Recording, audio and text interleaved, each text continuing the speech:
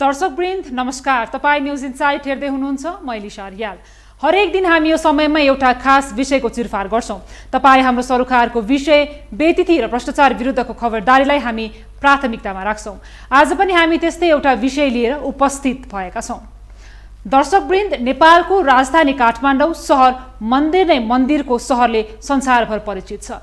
काठमाडौँ उपत्यकाको सभ्यता, कला, संस्कृतिको अनुपम आयामले परिपूर्ण छ। प्राचीन सभ्यता र कलाले हाम्रो पहिचानलाई विश्वमाझ जीवन्त बनाएको छ। नेपालका विभिन्न मठ मन्दिर र देवालयहरूमा रहेका प्राचीन मूर्तिहरू हाम्रो कला र संस्कृतिको सभ्यता हो। तर हाम्रो पहिचान झल्काउने ती मूर्तिहरू भने चोरी तस्करी भएर बाह्य बजारका संग्रहालय र व्यापारिक घरानाका शौकका लागि बिक्री भइरहेका छन्। फितलो सुरक्षा संयन्त्रको फाइदा उठाउँदै चोरी तस्करी गर्नेहरूले नेपालको प्राचीन सभ्यता झल्काउने मूर्तिहरू चोरेर विश्व बजारमा बेचिरहेका छन्। नेपाली मूर्तिको चोरी निकासीमा केन्द्रित छ आजको न्यूज इनसाइट। नेपाली प्राचीन मूर्ति विदेशी संग्रहालयमा भेटिने गरेको कुराले बेला बेला चर्चा बटुल्छ। मौलिक र सांस्कृतिक महत्त्व बोकेका प्राचीन मूर्ति किन र कसरी चोरी हुन्छन् भन्ने कुराको जिज्ञासा हर कोहीलाई हुन्छ। पुरातात्विक महत्त्वका वस्तु कसरी चोरी हुन्छन् होला? हाम्रो सुरक्षा संयन्त्र चुस्त नभएको फाइदा चोरहरूले उठाइरहेका त छैनन्? मौलिक संस्कृतिको जोगर्ना गर्न नसक्ने भएका हौं त हामी? यसरी सजिलै नेपाली कला संस्कृति झल्काउने पुरातात्विक वस्तुको चोरी पैराठी कसरी सहज भयो? हेर्नुहोस् यो रिपोर्ट।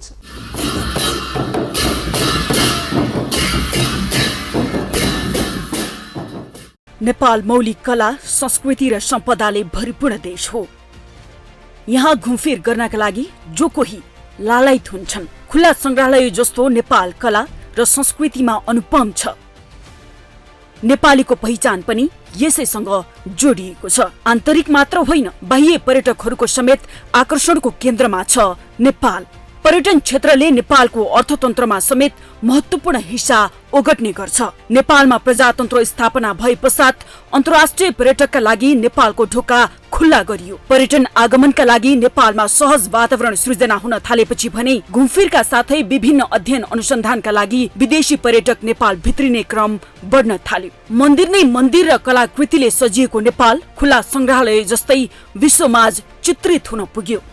बाह्य मानिसको चहल पहल बिस्तारै बढ्दै गयो। नेपालमा पर्यटकको चहल पहल बढे पनि सुरक्षा व्यवस्था सोचे अनुरूप चुस्त नहुँदा पर्यटक तथा नेपालीहरूकै मिलिमतोमा नेपालका कलाकृतिहरू चोरी निकासी हुने क्रम बढेको पाइन्छ। नेपालबाट पुराना मूर्ति र अन्य महत्त्वपूर्ण हस्तलिखित ग्रन्थको चोरी पैठारीको क्रम पनि सुरु भयो। खुला सिमाना र लचिलो कानुनी प्रावधानले पुरातात्विक वस्तुको चोरी तस्करीलाई थप सहायता पुगेको देखिन्छ।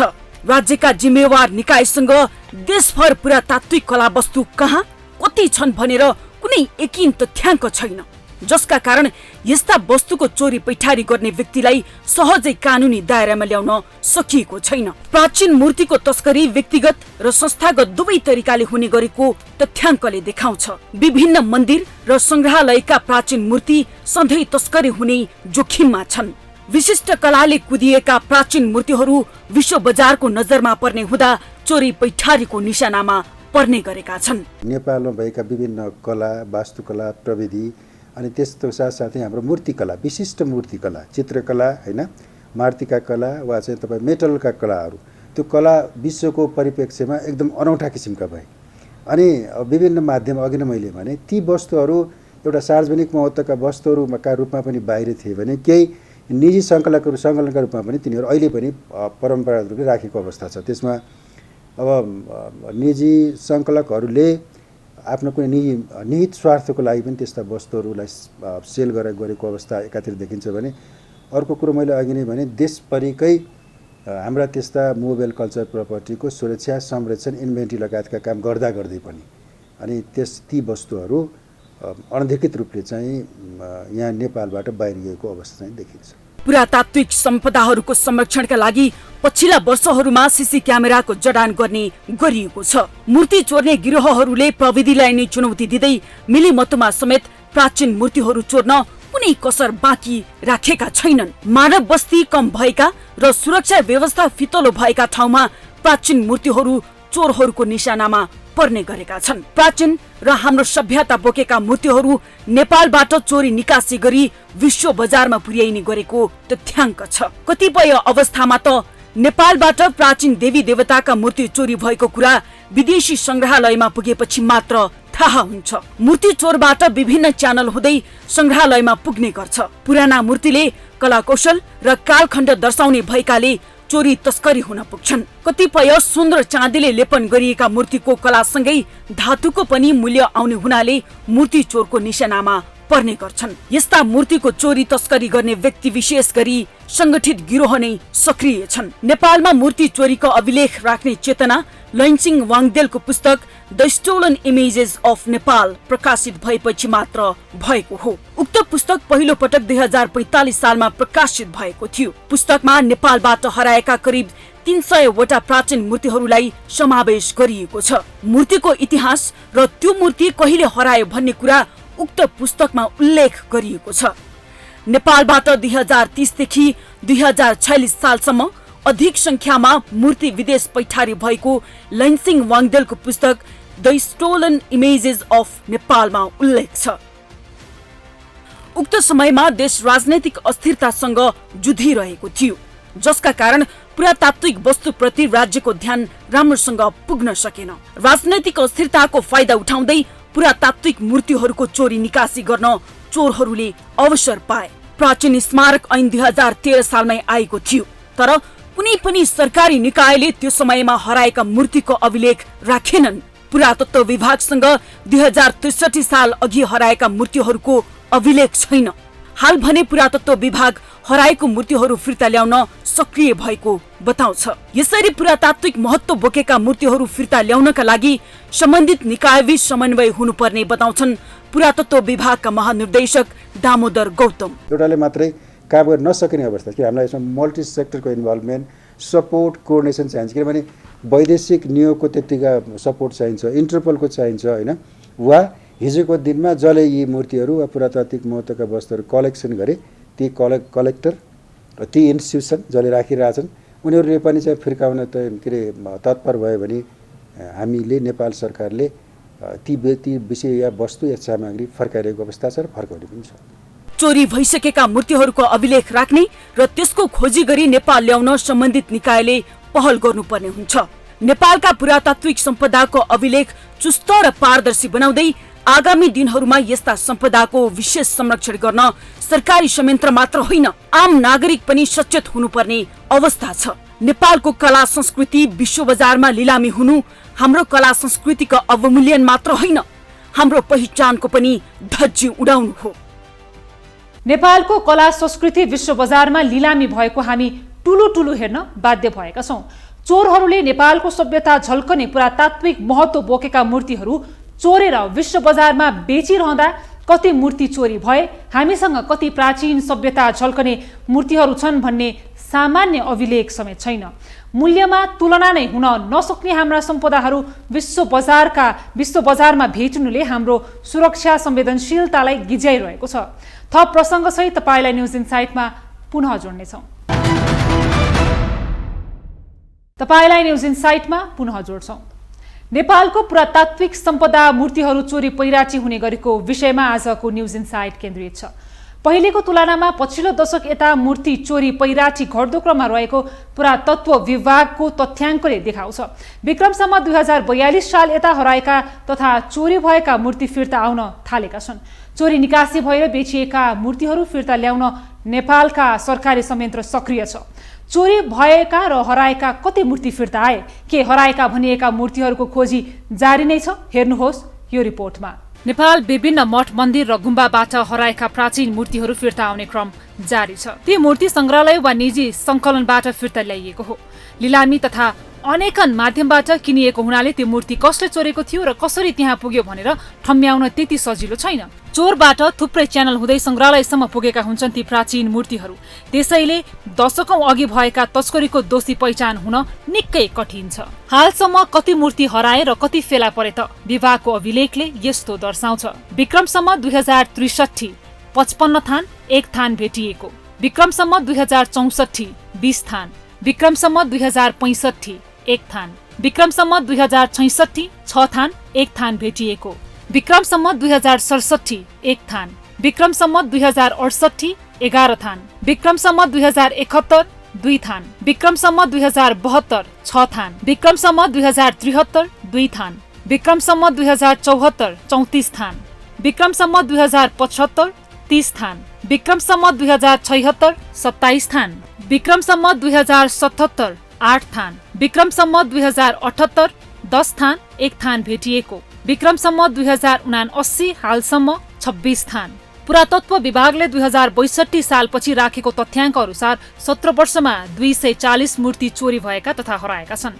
यो तथ्याङ्क विभागमा आएको उजुरी र जानकारीका आधारमा तयार गरिएको हो। नेपाल प्रहरीको 2049 देखि 2078 पुससम्मको अभिलेख अनुसार भने हालसम्म 578 मूर्ति तथा कलाकृति चोरी भएका छन्। पहिलेको तुलनामा अहिले यसरी मूर्तिको चोरी तथा पैराठी हुने क्रम निकै न्यून भएको बताउँछन् प्रहरी विभागका प्रवक्ता कुँवर कडायत। मूर्ति चोरीको हकमा पहिला व्यापक रूपमा ठुलो मन्दिरको चोरी हुने पनि धेरै सुनिन्थ्यो र पछिल्लो चरणमा मूर्ति चोरीका घटनाहरू निम्न, उजुरी चाहिँ असाध्यै न्यून आउँछन्। यदाकदा आउँदैन भन्दा पनि हुन्छ वास्तवमा। तर अब मूर्ति चोरीको घटना घटेपछि हामीले पुलिसले चाहिँ फलोअप गर्ने, आफै इनिसिएसन गर्ने स्वाभाविक हिसाबले अगाडि बढेको हुन्छ। त्यो आधारले अहिले पछिल्लो पल्ट हामीले 1-2 महिना हेर्ने हो भने मूर्ति चोरीको घटनाहरू त जिरो नै छ। पुरातत्व विभाग र नेपाल प्रहरीको अभिलेखका आधारमा मात्रै हराएका मूर्तिका यकिन तथ्याङ्क पत्ता लगाउन सकिँदैन। पुरातत्व विभागले अभिलेख राख्नु अघिदेखि नै मूर्तिहरू हराएका छन्। यसरी हराएका मूर्तिको अभिलेख राख्ने र प्राचीन वस्तुको संरक्षण गर्नुपर्ने सोच लेखक लयन सिंह वाङदेलको पुस्तक the stolen images of Nepal प्रकाशनमा आएपछि मात्रै भएको हो। वाङदेलको पुस्तकमा करिब 300 हराएका तथा चोरी भएका पुरातात्विक वस्तुहरूको उल्लेख गरिएको छ। हराएको मूर्तिको संख्यामा सबैभन्दा धेरै उमा महेश्वरको मूर्ति परेका छन्। प्राचीन मूर्तिहरू कलाकृतिले भरिपूर्ण भएकाले चोरी तस्करीको निशानामा परेका छन्। हाल हराउने क्रम पहिलेको तुलनामा निकै कम भएको छ। दशक पहिले हराएका मूर्तिहरू फिर्ता हुने क्रम भने जारी छ। हालसम्म अनाधिकृत रूपमा हराएका सांस्कृतिक चल सम्पदाहरूको फिर्ताको अवस्था यस प्रकार छ। तिब्बत 28 थान, भारत 13 थान, बेलायत 19 थान, अमेरिका 25 थान, अस्ट्रिया 1 थान, जर्मनी 1 थान, जम्मा 87 थान। पछिल्लो समय विश्व बजारमा विभिन्न संग्रहालयमा नेपाली प्राचीन सम्पदाहरू भेटिने क्रम बढेको छ। एन्टिक कलेक्टरहरूले पुरातात्विक महत्त्वका वस्तुहरू लिलामीमा राखेको जानकारी पाइएको छ।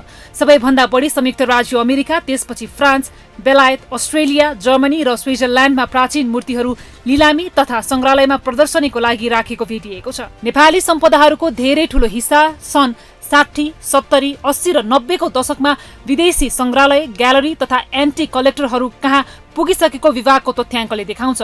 यसरी विदेशी संग्रहालयमा भेटिएका नेपाली सम्पदा सार्वजनिक पैरवीको विषय बनेको छ। हराएका पुरातात्विक वस्तु नेपाल फर्काउनु पर्छ भन्ने कुराको चासो जनमानसमा समेत हुने गरेको छ। साना ठूला सबै प्राचीन मूर्तिहरू महत्त्वपूर्ण छन्। त्यसैले यस्ता प्राचीन मूर्तिहरूको संरक्षण गर्नु सबैको दायित्व हो।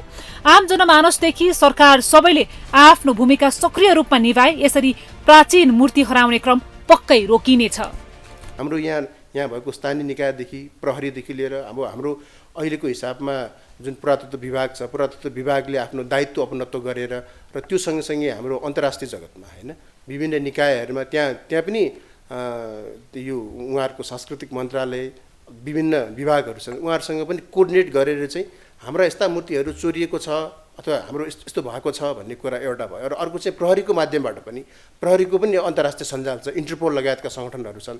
ती इन्टरपोल लगायतका सङ्गठनहरूले पनि हाम्रो देशबाट यस्ता मूर्तिहरू चोरिएको छ भनेर उहाँहरूले दैनिक हैन यसको रिपोर्टहरू चाहिँ अपग्रेड गर्दै जानु चाहिँ आवश्यक छ। हाम्रो नेपाल सरकारले पनि आफ्नो एउटा अपनत्व लिएको चाहिँ अलिक कम नै देख्छु।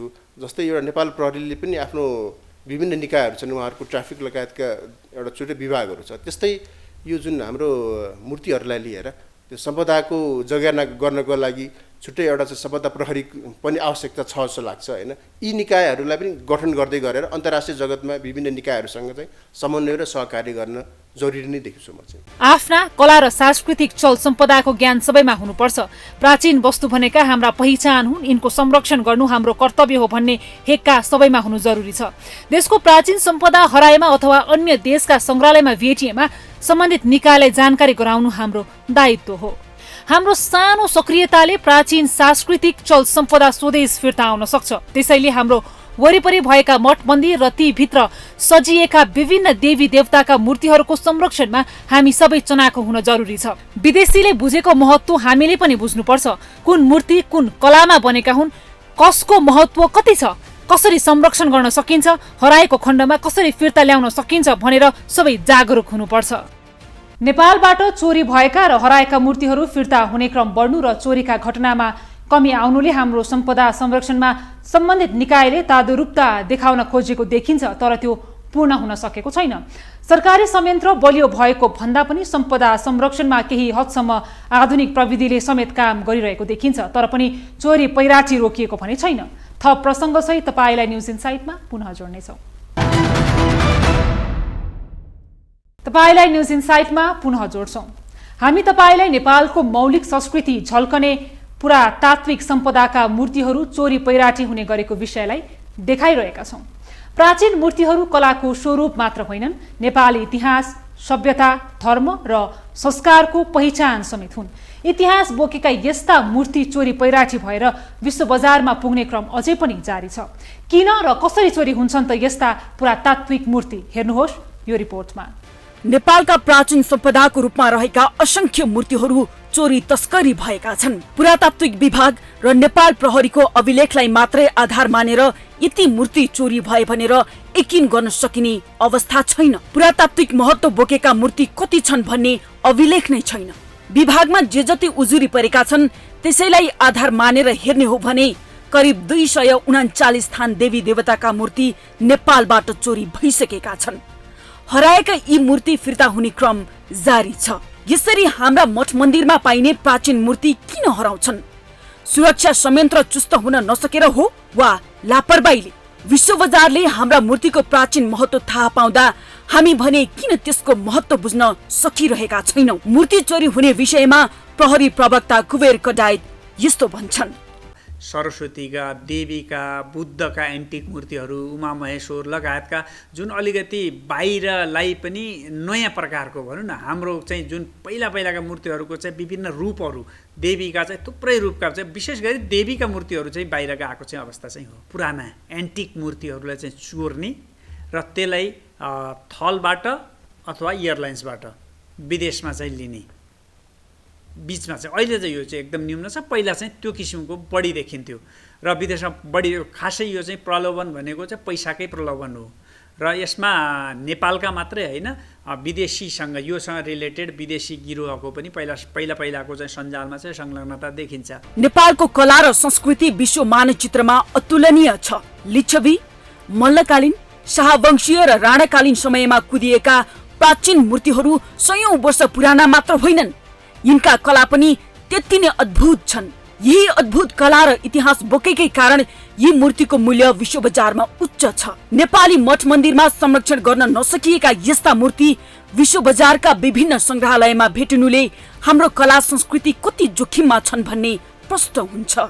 धातु, ढुङ्गा र काष्ठ कलाका हाम्रा प्राचीन मूर्तिहरूमा मूर्तिकारहरूको विशिष्ट कला झल्किने गर्छ। त्यसैले पनि यस्ता मूर्तिहरू चोरी हुने गरेको बताउँछन् अधिवक्ता राजु शाक्य। नेपालका मूर्तिहरू चाहिँ कस्तो हुन्छन् भन्दाखेरि यो प्राचीन जुन मूर्तिहरू हाम्रो निर्माण गर्ने शैली जुन छ नि, त्यो शैली भनेको चाहिँ एकदमै यहाँका हाम्रा मूर्तिकारहरू विशेष त धातु होइन, ढुङ्गा र काष्ठ कलाका जुन मूर्तिहरू छन्, ती मूर्तिहरूमा जुन कलाकारले आफूले चाहिँ कुद्ने जुन एउटा हाम्रो इग्नोग्राफीदेखि लिएर होइन, त्यो मूर्तिको हाउभाउ, उसको अनुहारको त्यो एकदमै विशिष्ट हिसाबमा हुने गर्छ, जुन चाहिँ विश्वको अरू मूर्तिकारहरूले त्यो अवस्थासम्म चाहिँ बनाएका छैनन्। विश्वलाई नै आकर्षित गर्ने खालका मूर्तिहरू छन्। ती मूर्ति हराउनुको मेन कारण चाहिँ के छ भन्दाखेरि त्यस्तो ऐतिहासिक मूर्ति भइसकेपछि चाहिँ त्यसको विश्व बजारमा त्यसलाई चाहिँ बिक्री वितरण गरियो भने त्यसको चाहिँ एकदमै मूल्य आउने, पैसा आउने होइन, एउटा जसले गर्दाखेरि धन आर्जन गर्ने एउटा भयो भने। पुरातात्विक महत्त्व बोकेका प्राचीन मूर्तिहरू बिक्रीकै लागि मात्रै चोरी भएका छैनन्, सजावटका लागि पनि कतिपय मूर्तिहरू चोरी हुने गरेका छन्। तर पनि अधिकांश चोरी भएका मूर्तिहरू भने बिक्रीकै लागि चोरी भएको विभिन्न निकायले निकालेका प्रतिवेदन र तथ्याङ्कले देखाउँछ। नेपालबाट देवी, बुद्ध र उमा महेश्वरका एन्टिक मूर्तिहरू सबैभन्दा धेरै हराएको तथ्याङ्क छ। चोरी गर्ने गिरोहले भने पैसा कमाउनकै लागि चोरी गरे तापनि विश्व बजारमा भने ऐतिहासिक महत्त्वका कारण संग्रहालय तथा शौखिन व्यक्तिहरूले आफ्नो घरमा संकलन गर्ने गरेको पाइएको छ।